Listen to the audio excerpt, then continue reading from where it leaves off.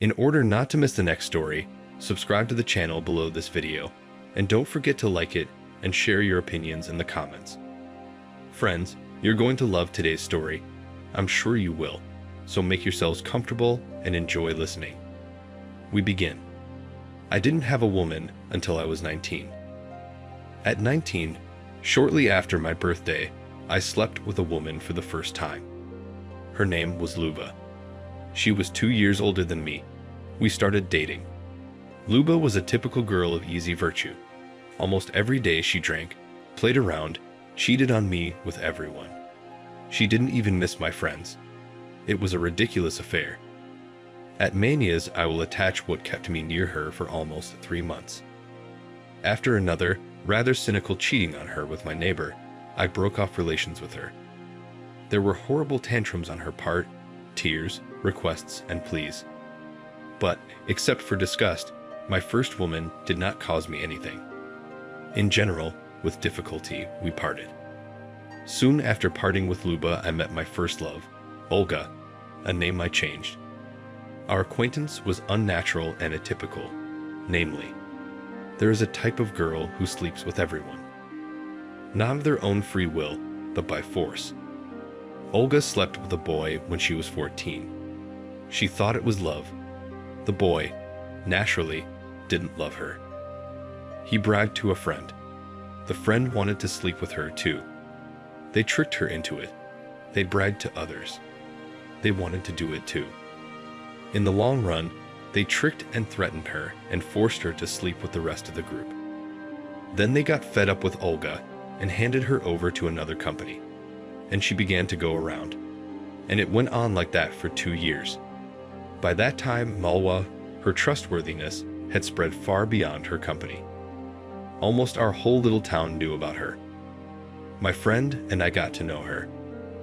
We got to know her, invited her to my house, and slept with her, both of us. We didn't even talk her into it. Soon my friend went back to his girlfriend, and Olga, and I stayed alone with her all night. And it happened that night. You won't believe it, but that night we fell in love with each other. Yeah, I knew she was a whore. I knew our love was ridiculous. I knew it couldn't be like that. It shouldn't be like that. But love is love. We fell in love, that's all. And nothing else mattered. At first everyone laughed at me, made fun of me. Her former lovers stepped up, looking for meetings with her. But we somehow fought it. We loved each other madly. We decided to get married and have children. We spent 9 happy months together. It hurt me, of course, to remember her past. It hurt to see every day her lovers meeting on the street. I was a romantic back then, but the pain was dulling. Love was taking over. The first betrayal from her side happened 9 months after our first meeting. All this time, Olga lived with me. But then she suddenly reconciled with her parents, and without saying a word to me, she left the city with them all the way to Moscow. Just one day I came home and she was gone. A month later, I found out that Olga was pregnant. She wrote to me herself. I went to fetch her. I would have gone right away, but I had no money for the trip. It was the early 1990s and cash was scarce. I had to go from the Far East to the capital. As soon as I earned the money I needed, I went and brought it back. I got a job as a stoker in a boiler house and started working. I forgot my friends. We were expecting a baby. In the spring of 1995, our eldest son was born. 2 months after his birth, we moved to Moscow to Olga's parents. I got a job at a big construction site as a fitter. I was paid well. We were given an apartment in a workers' barrack and were put on a waiting list for capital housing in a 9-story building under construction. In 1996, my daughter was born. In general, life was going well. Everything was going well. The second betrayal was unexpected for me. I was working on a rotational basis in Kashira, but we lived in Kolomna. One day, they let me off work 2 days early. I arrived early in the morning without warning and found her with her lover at our house. She didn't throw a tantrum or ask for forgiveness. Said she was in love. the guy fought in Chechnya. A real man, unlike me, but love is love. I didn't make a scandal either. You can't force me to languish. Why should I return love with scandals? Why should I pay such a price for love? I left on the same day, again on a shift, and never came back. I lived at the station in a dormitory, worked. 2 or 3 weeks later, I heard a rumor that this real man had left her, and she was already living with some officer 10 years older than her. Then I found out that not only our whole corner, but almost the whole unit, which was nearby, had already gone through our apartment. I got tired of putting up with it, and I filed for divorce. We made a deal with Olga. She kept her son in our apartment, and I left with my daughter to my mother in the Far East. Olga came to stay with our daughter after 6 months. Her apartment was taken away from her. It was a departmental property, and her parents didn't want to let her in. My mother, in turn, flatly refused to let Olga in. In short, I gave in to her pleas and promises of repentance. By hook or by crook, I managed to get an apartment in a boarded-up barrack. We started to live together again, but something inside me was already broken. All the time, there was some pain in my soul. I was already weighed down by our life together, but my children, my family, my wife on maternity leave, I had to live somehow. I got a job again as a stoker in a boiler room, and I began to think about going to university by correspondence. I wanted to work as a journalist, but I didn't even have a high school education at the time. So in parallel with my work in the boiler room, I went to night school. And knowing that for admission to the journalism department, you need articles from newspapers, a creative competition, I got a job at a newspaper as a freelance correspondent. After my 4th article, the editor suggested that I quit the boiler room and start working at the paper as a staff writer, which I did. I practically graduated with straight A's. In the summer, I went to university. I came back in half a month and found out that Olga had gone out again. In the middle of the night, guys came over in their cars, called her for a ride, made a fuss, and sorted things out with her. At first I drove them away, and then I went back to my mother's place. At first I tried to help Olga, but then I stopped. I stopped after one day I brought in a new door. Ours was kept on the word of honor and the workers, and she was there with a man. Although I told the workers that I would put the door in myself, and they knew that Olga was my wife. In general, these workers must have laughed at me from the bottom of their hearts. I went to my mother, then rented an apartment. One day in the fall, about 2 or 3 months after we broke up, Olga came to see me at work. She told me she was pregnant and had married another man. From that day on, I started to lose my mind, literally. I won't describe how bad it was for me, but after 6 months I was already in a mental hospital. I spent more than 2 months in an insane asylum. Then I was discharged and left the city in order never to see Olga again. I lived in Siberia in Krasnoyarsk region for almost a year. Then I left for Moscow with a friend. And what did you think? Naturally, Olga divorced her husband, took her children, and came to live with me, because she had nowhere else to go. Our second departmental apartment was taken away from her, and we started to live together again in Moscow. Me, her, our 2 children, and her 3rd child. But somehow things didn't work out for us anymore. My work did not work out, there was no harmony in my family, and I was strangled by my resentment towards Olga. We lived like this for a few months, and leaving Olga in the care of her parents, I returned to Krasnoyarsk territory. I worked at a newspaper, studied full-time at university, and then again a metamorphosis. Olga unexpectedly comes to see me, not out of great love, but simply because there were problems with my parents and accommodation. There was nowhere to go with the children in her arms. I was a fool to believe her for the umpteenth time. We tried to live together, but it didn't work out at all. Scandals, swearing, tantrums. Life was a living hell. Something must have broken inside me. And even our 2 children together again could not keep me away. In 2002, in late autumn, Olga and I separated again. I moved back to my hometown in the Far East. It was a turning point. I didn't regret anything. I no longer loved anyone. I no longer wanted anyone. I got a job again as a stoker in a municipal boiler house. They gave me a place to live. I made good money. I had enough to live on. A year later, I went to the university. I reached the 3rd year. I visited my children. Olga was wandering around somewhere. She hadn't been home for 3 weeks by then. The kids were with strangers. I spit on everything and took my 2 kids with me and went to hell. Dropped out of university for good. Soon, Olga had a good time and came with her son to see us with the kids. She asked me to forgive her. She accidentally asked me to forgive her. And once again, I forgave her. Or rather, I did not forgive. I let it go on its own. I didn't believe it either, but I felt sorry for the children. That's how the first 10 years of our life together went. I specifically want to distinguish this period. The 10 ugly years of our life were behind us. I was 29 at that time. Olio was 26, and our children were 9, 8, and 4 years old. We were officially divorced, but we were back together. Getting ahead of myself, I'd like to say that it was as if Olga had been switched. She no longer looked at other men. She was a faithful friend. Exactly a friend. Faithful. Well, what was there to be nervous about? 3 young kids.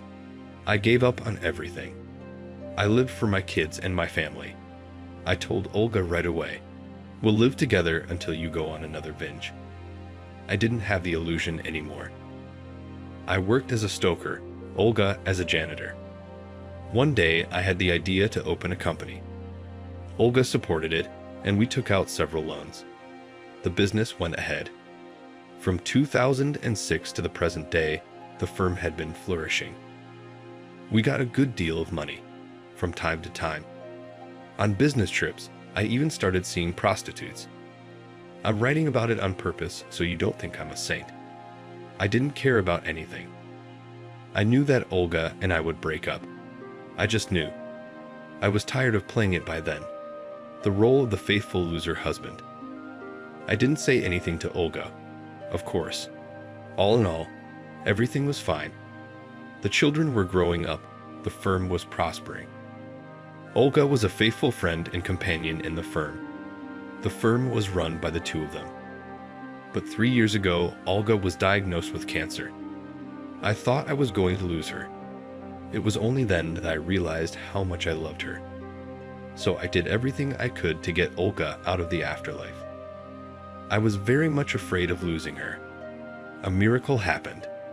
Olga recovered. And I promised myself to live only for her. Not to cheat. Not to sleep with prostitutes. To forget all past offenses and live for the sake of my beloved. I forgave her. And I forgot all the bad things. You'd think this would be it. A happy ending. But it wasn't. One winter, 12 to 13, Olga began to drift away from me internally. We started having arguments over nothing, and a lot of time was spent on the internet. We almost stopped sleeping together. I began to be afraid that Olga might take advantage of me again. One day, in a confidential conversation, I told her, "Just don't cheat on me. Don't do it from under you. If you want to change in sex, new sensations, then let's meet like swingers meet, together, or let's arrange and I don't know." I realized that she hadn't had another man in 10 years, that she was probably bored with me. She said that if she wanted something like that, she would tell me, but she would not cheat. And so, on March 14 of that year, Olga went to a friend until 9 p.m. I let her go. Why not? She came not at 9, but at 12 a.m. She came cheerful and excited. Immediately she lay down and fell asleep. I couldn't sleep. I sat in my room and smelled another man's toilet water. I had my doubts. For the first time in my life, I got into her phone, found a text message from the cab company. The cab wasn't picking her up from the street where her friend lived, but from a completely different one. In the morning, I picked up Olga Napend. While she was sleepy and not thinking straight, I told her that she had not been to her friend's house, but that she had been seen on such and such a street with a man. Olga admitted that yes, she had met a man. I asked why. What was missing? She said she had wanted to try BDSM for a long time. I asked if she liked it. Olga replied that yes, she did. I congratulated her on these, told her I was leaving. We parted. Olga didn't even begin to ask for forgiveness then. She just went off to work.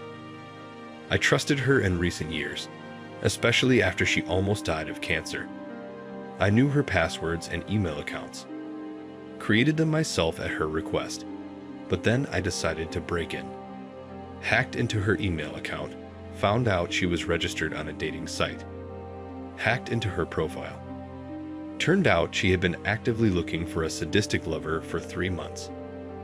There was a bunch of virtual correspondence where she was humiliated and put down. It was clear from her that she had been communicating both on the web and on the phone. It took a long time to find Real, because the town was small and there was no one from our town there. But lo and behold, a sadist from our town registered there, and they met. And, in fact, it was after that meeting that I caught them. On this site, she behaved quite actively. She complained that her husband, that is me, she's pretty vanilla. She complained that the subject was eating away at her inside, and she looked at every man, whether he was sadistic or not. Just don't think I'm some kind of prude in this case. I've offered to play BDSM with her myself. I wanted to and liked such fantasies, but to play for a change.